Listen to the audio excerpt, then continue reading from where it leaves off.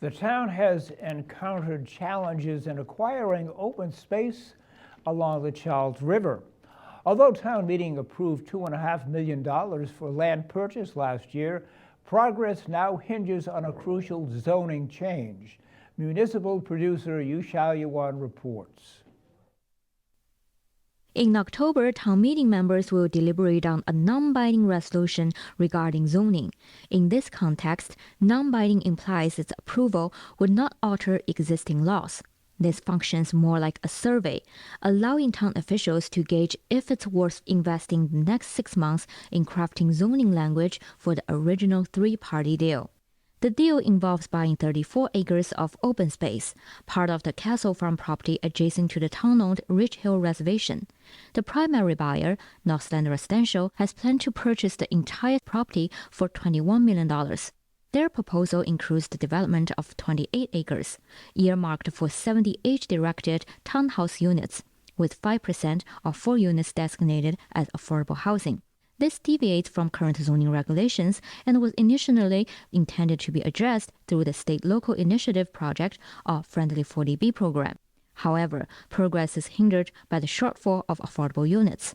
The state has said to us that under a local initiative program, even though before they had previously said that 5% was acceptable in writing on several occasions, they have now said that it is not, that it would need to have 25% affordable housing.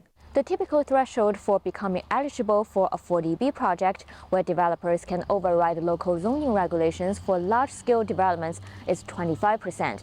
However, as the town reached the 10% affordable housing benchmark, town officials expect the granting authority, DHCD, would be extending some flexibility to this rule. This particular question is not prohibited in the law, all right, but DHCD has always chosen to apply it in such a way that they stayed at the 25%. I also observed that when they've applied it, that generally speaking, it's been with towns that were not already over the 10% threshold. Now the alternative option, rezoning, comes with its own set of challenges. It requires a majority vote at town meeting. While town meeting members may be willing to support a project of this scale in return for access to an equivalent-sized meadowland, clearing hurdles for future multifamily developments all at once in a single-family zone is a different matter. This is why Select Board decided to include an opinion-seeking resolution in the October special town meeting warrant. We recognize that zoning is different from just an outright purchase, and so it's important to check in with town meeting again. Doubts have surfaced among other boards, including the Planning Board. At a joint meeting with the Select Board, Planning Board member Jim McKnight asked about raising the affordable housing requirement to 12.5%. We have a goal expressed in our town's housing plan of uniformly applying a 12.5% affordability requirement throughout our town. And I hate to get away from that and say this is an exception because the town wants to acquire this land. Select Board Chair Marion Cooley explained it is not economically feasible. She emphasized the main objective of this deal is not to create more affordable housing, but rather to secure open space, a long-standing goal of the Conservation Commission. We know that the cost of each affordable unit is somewhere between, $200,000 and $300,000.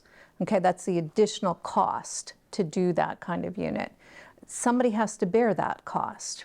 Either the developer has to bear that cost, the seller has to decrease his price to be able to afford those units, or the town has to be willing to put in that amount of money. Given all those factors, it didn't seem like that was the right decision. The town is really focused on working with MBTA communities, all right, and the plans that are part of there, and trying to make more housing able to be built by right, okay, and that is the focus, and we think a better area really for continuing to develop more affordable housing that's more accessible in town. Cooley pointed out if town meeting expresses interest in October, the property owner intends to continue working on the original deal and wait for the zoning clearance, which would be presented at the 2024 annual town meeting. We actually take that as a good sign that they're willing to wait. They have indicated to us through their trustees that they believe the proposal from the town and the developer that creates clustered zoning and creates a significant amount of open space in that property is really what their parents would have wanted to see happen.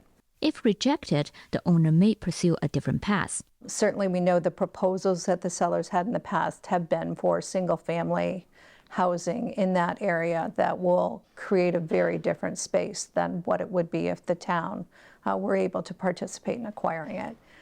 The town would also lose access to that beautiful meadow. During several community meetings, the developer has previously presented to the public what could be built on the current zoning, 20 to 25 single-family lots. The proposal in the deal includes a 100-foot buffer with the adjacent neighborhood on Whitman Road and preserving 50% of the land as green space. Last October, despite opposition from Whitman Road residents, the borrowing for land acquisition was approved by town meeting with 163 in favor and 33 opposed. For Needham Channel News, I'm Yu Xiaoyuan.